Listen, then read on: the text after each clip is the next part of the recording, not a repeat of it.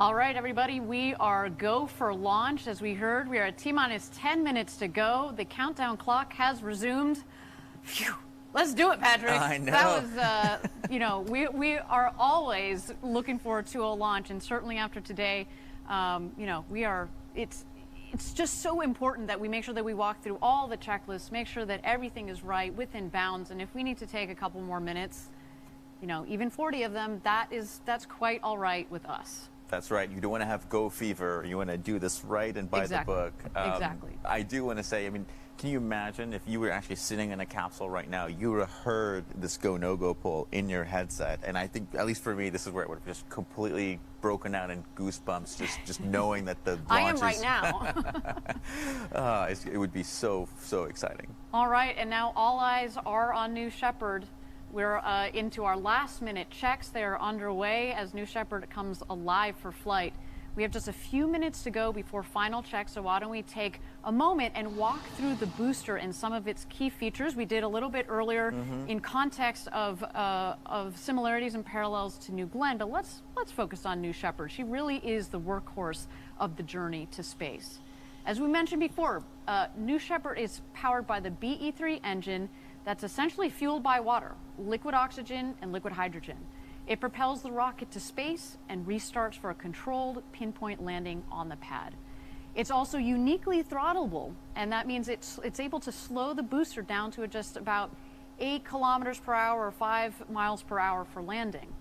And you can see at the top of the booster there's the ring fin, and the ring fin houses the drag brakes as well as the wedge fins. The wedge fins for stability, drag brakes to really cut down the speed. You'll see those will cut down the speed in about, that will cut the booster speed in about half. The drag brakes are critical, right? We talk about the balance between the engine and the booster's role in slowing down the rocket, but really it's just some simple aerodynamics from the drag brakes. The aft fins, as you can see towards the bottom of the booster, stabilize the vehicle during ascent, but also steer it back to the landing pad on descent. And they're actually strong enough to guide the rocket through airspeeds of up to Mach 4. And you think we talked about earlier about the winds aloft. Those are critical, those fins, in making sure that we get our rocket precisely back to the pad. Lastly, we have the landing gear. So all rockets take off, but not all rockets land. Yeah. And as a fully reusable rocket, the New Shepard booster uses landing gear that deploys just in the last seconds for touchdown. That's right. This is an incredible machine. Kudos to Gary and the team that have spent, all this time designing it and getting it just right. And like we said, this booster design and all the components inform so much of what we do here. We talked about the similarity between this and the first stage of New Glenn, of course, and the similarities there with the aerodynamics and the design. It's the same propellant combination and a similarly derived engine for the upper stage of New Glenn, so obviously lots of design heritage there. And we talked about, of course, all the great learnings that we've applied to our descent element as part of the lunar lander. So truly, you can almost think of New Shepard as a sort of that first path of the roadmap, and then it just branches out to all these other things that we've done. Exactly. And we should also mention the reusability element of it, which is critical, right? With our vision of millions of people living and working in space, we need the ability to turn the rocket around quickly, reuse it again, bring down the cost of access to space. All right, you're looking at a live shot of New Shepard on the pad. We are T-minus 6 minutes to go until flight. Why don't we take a look at her?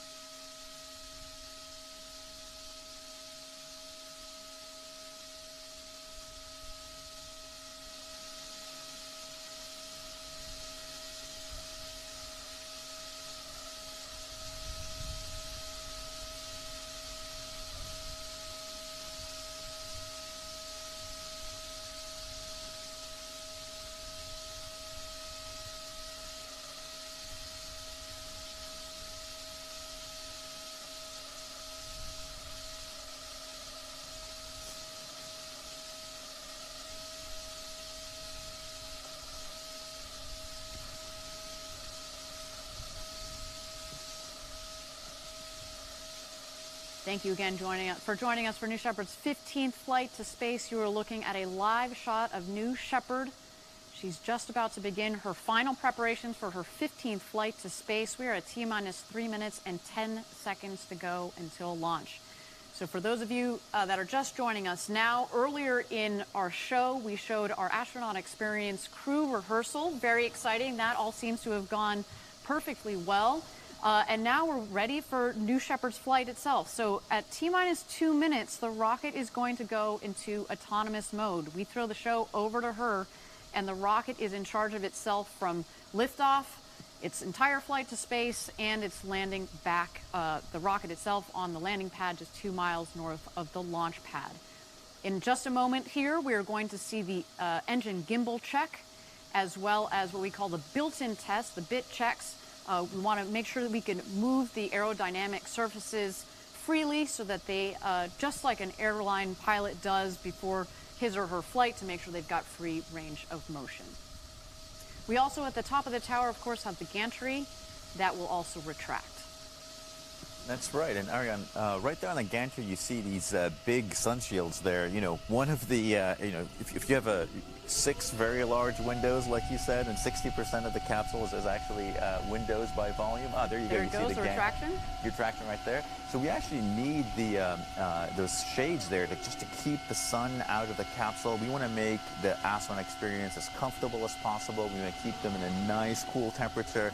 As I'm sure we don't want it to turn into a greenhouse with all of this big, beautiful windows. So what our team did is actually put these shades in. It makes it a great experience. And then, now if you or I were in there, we'd be looking out and just... Ready for launch. Yes. Ready for launch. A simple but beautiful solution. All right, there go the aft fin checks. There are 4 of those fins at the base of the rocket.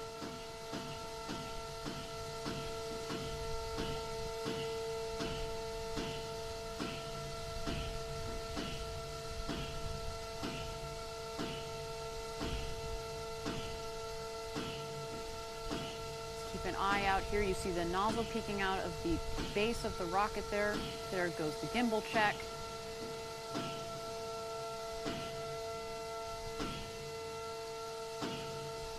The engine gimbal, of course, is critical, but in particular as it's coming into land.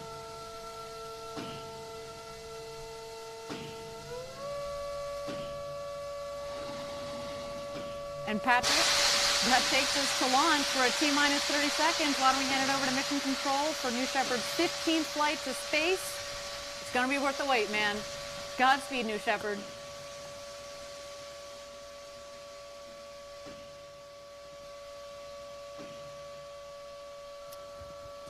Guidance internal. T-minus 10, 9, 8, 7, 6, 5, 4. Command engine start. 2, 1.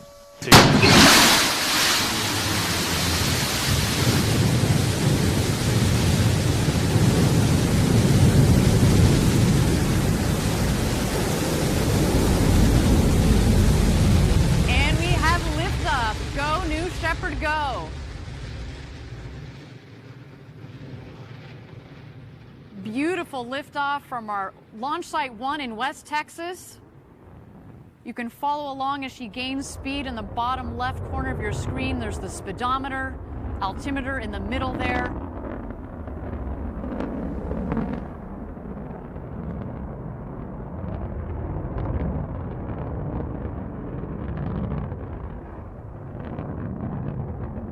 First milestone on her trip to space, max Q. That's when the dynamic pressure on the vehicle is at its maximum, the toughest point in flight for the vehicle.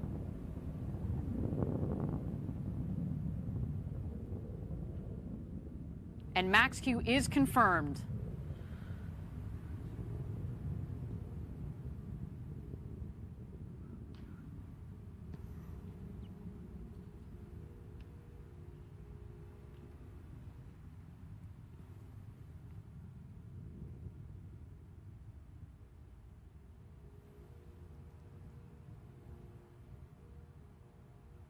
All right, right about this time in your flight, on ascent, you're going to max at about 3 Gs. We've noted it before. The max G's that you pull as an astronaut on New Shepard actually is on descent. So here on ascent, it's about 3 G's, and it comes on gradually as you go faster and get higher up there. Until, of course, main engine cutoff and separation, and that is when you get to feel those beautiful 0 G's. We're waiting for that here. Next stops, MECO and separation.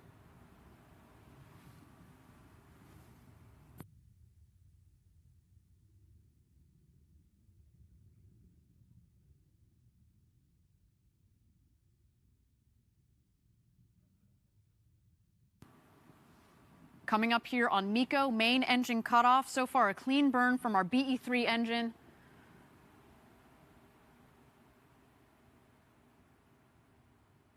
There it is, main engine cutoff.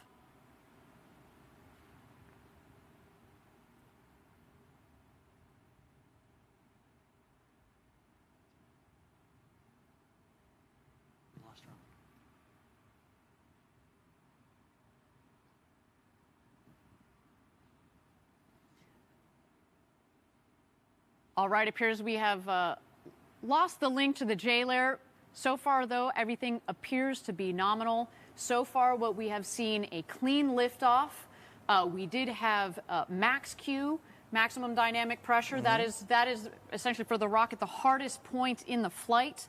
And then we had main engine cutoff. And now, as you can see, separation. Here we've got our infrared camera, especially on the left side. As you've seen earlier in the show, it is a little hazy down there in Texas, so we are going to rely on multiple cameras here as the vehicle continues its ascent towards space. We have passed over just about here the Kármán line. There it is, 100 kilometers, or about 328,000 feet. If you were inside there, Patrick, you will have become an astronaut. And we're just waiting for the 2 craft to hit their apogee. You'll know they've hit apogee when the speed hits 0 in the bottom left corner of your screen.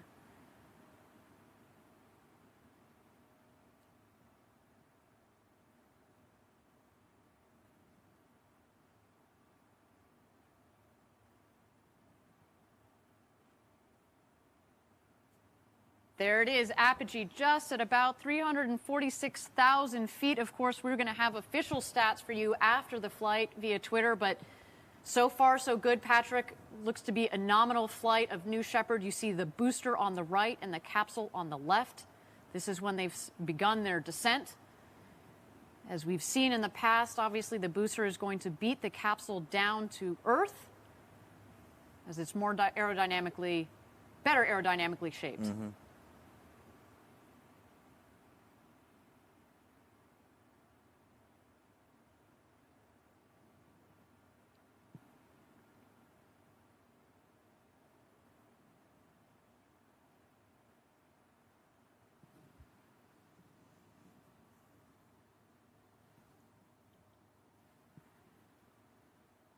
And thank you again, everybody, for joining us live for New Shepard's 15th flight to space. We are 5 minutes into what appears to be so far a nominal flight for New Shepard. We, of course, preceded the launch by what appears to be a perfectly executed astronaut experience rehearsal. While there are no astronauts on board today, that was a critical step towards our march towards first human flight.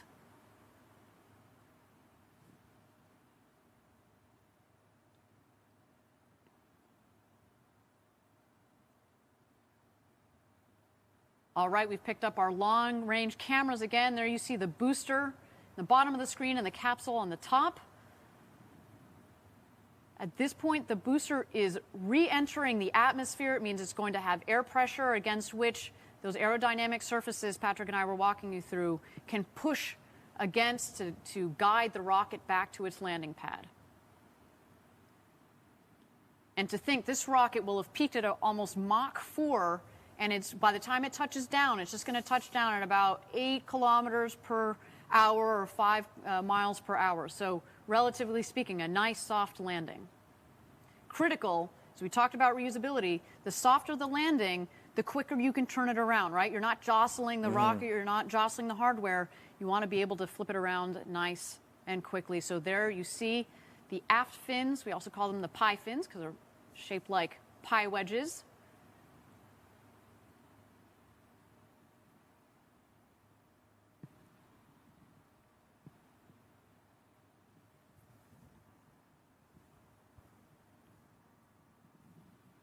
All right, there go the drag brakes. And there you see all the speed bleeding off of the vehicle and waiting for our BE3 engine to relight. There it goes.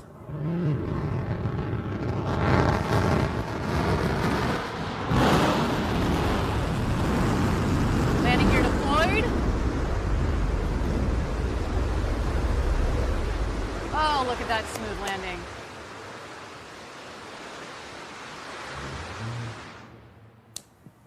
And touchdown. Welcome back, New Shepard. Oh my God, what a beautiful landing, I think right? that was one of the smoothest landings I've seen of this rocket. It almost looks unreal. Right? It looks like CGI. I know some of you on the internet seem to think that. Believe me, that is a reusable rocket that takes off and lands. What a beautiful landing. It looks like it's ready to go again. Yeah, just, put in those drag brakes, put in the wedge fins, fuel her up, let's go again. But until then, the show is not over. We do have the crew capsule here. On board, we have Mannequin Skywalker, as well as a couple of payload lockers filled with postcards from Club for the Future, from students from around the world. We are waiting to see the drogue chutes come out. They will be followed by the main parachutes. And a little wink from one of those big, beautiful windows. Look at that. There go the drogues.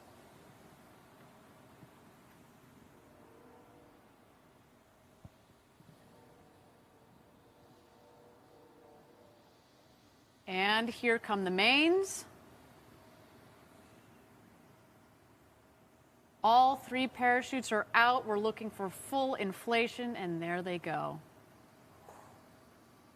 I love that.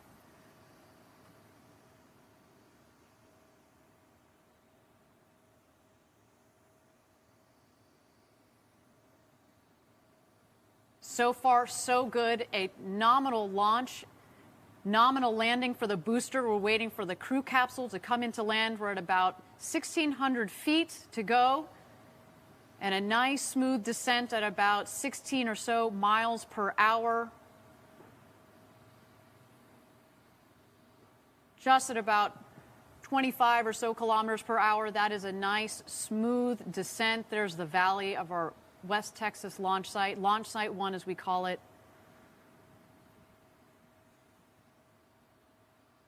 What a day so far, Patrick, let me tell you.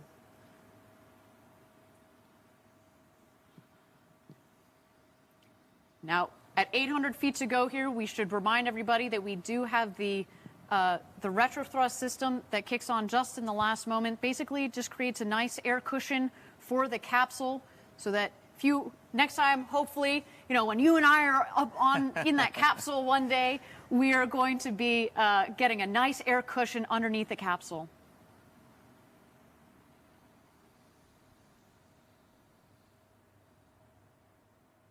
And touchdown. Oh, it was beautiful. Absolutely spectacular. Patrick, I told you it was going to be worth the wait. Look at that. Definitely.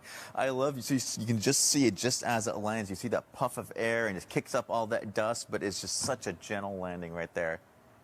A beautiful launch and landing for both the crew capsule and the booster. Team Blue, congratulations to all of you. What a day. You should be so proud.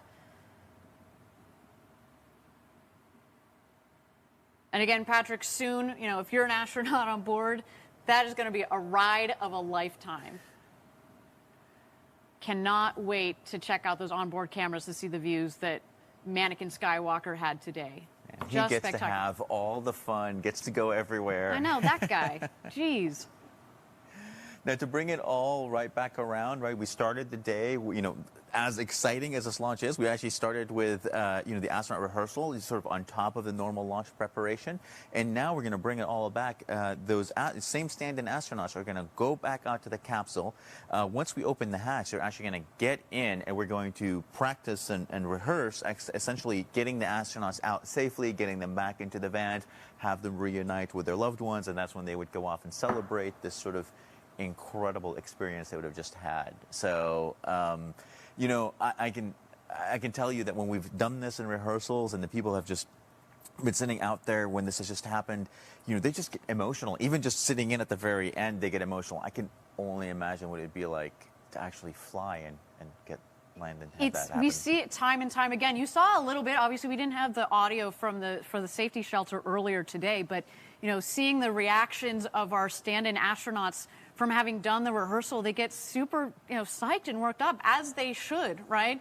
And then same thing as you just mentioned, when they come out of the capsule, it is, you know, we put them in, but then they come out again, and it's just this elation. And to think, you know, next time, you know, it's coming up soon, when we start, you know, putting people in that capsule, you compound it with a launch to space and back. Ugh.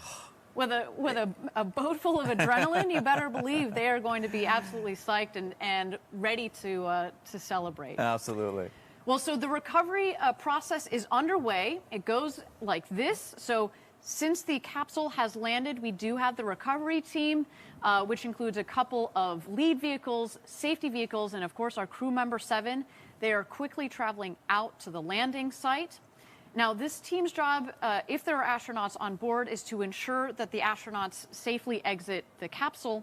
The astronaut families, as Patrick mentioned, in parallel are on their way, would be on their way to come welcome our astronauts. Now, once the astronauts would step out of the capsule, newly minted an astronaut, as we mentioned, it is time to celebrate. Now, simultaneously, we also have another team that is heading out to the booster to safe the vehicle and get it back to the barn. I mean, we joked about the quick turnaround. Obviously, we're not flying again today, but it's the keeping the costs of space flight down. You have to work on the operations, get those tight, get them quick to be able to reuse the vehicle as much and as quickly as possible. Absolutely. That asset turnaround is absolutely key there. And again, the point of today's flight was to mimic the astronaut experience profile under real launch conditions, right? Astronaut loading is complex, launch is complex, doing them both together is super complex, and doing them well, and you saw that happen today, is going to be a huge step forward. Patrick, what a great day. Actually, while we've got a moment, why don't we check out some of the highlights from today's launch and landing. So we had New Shepard on the pad there, a nice ignition.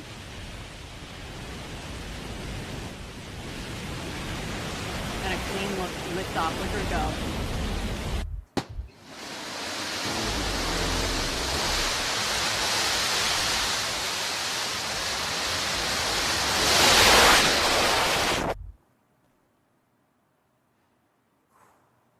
That rumble, you can see it in the cameras, and when you're down there in Texas, the whole valley feels like it's shaking when that 110,000 pounds of thrust is lit underneath the engine.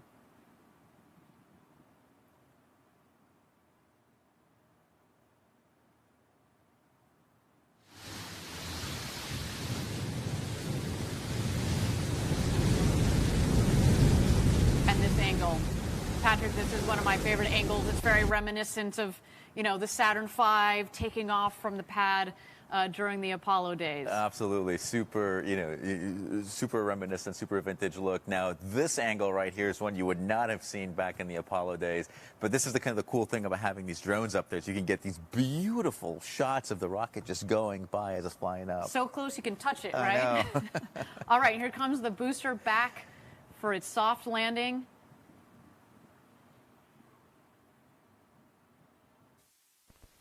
Again, Patrick, I think this is one of the smoothest, most controlled landings I've seen from this rocket.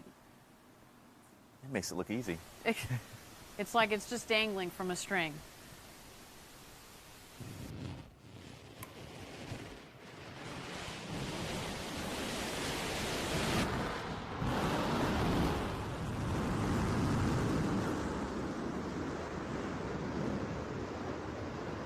And that's one of the benefits of having such controllability in the engine, is you can really sort of dial that thrust in and ease your way down onto the launch pad. Exactly, exactly. And talking about we were talking earlier about the lessons that we're taking from New Shepard and pulling into New Glenn, that throttle ability on the engines is critical. And then last but not least, of course, our capsule with a nice air-cushioned landing. And you can see, actually, the parachute's dropping pretty close to the capsule, meaning there's not too much wind there out on the ground today, which is beautiful. And now live shots from the recovery team that are out there. You can also see, again, we're in preparation of bringing the stand-in astronauts back. We're going to get them into the capsule so that we can practice the egress and taking out of the astronauts from the capsule. Again, coming to you soon. This has been such a critical step, this astronaut experience rehearsal in the march towards human spaceflight. Let's just take a look here. Setting up the stairs. It's a couple feet off. It's about a meter from the ground up to the hatch itself. So making sure they've got a nice, comfortable step out. Yeah. Onto the desert floor. I'm sure my heart would have been beating so heavily through this. You know, I might be a little wobbly on my feet coming out of this thing, just having been literally up in space like just a few minutes ago. Just incredible feeling, I can imagine. Cannot wait. 7, Kevin Sprague there in the blue coveralls. He's done an incredible job, as well as Sarah Knights, our crew member 7. All right, some mission recap statistics here. These are unofficial. We will have the official ones after the flight. Maximum ascent velocity, 3,615 kilometers per hour. Crew capsule apogee, its highest point in flight, 106,021 meters. Mission start time, 11:51 a.m. Central Daylight Time, and mission elapsed time, 10 minutes and 27 seconds.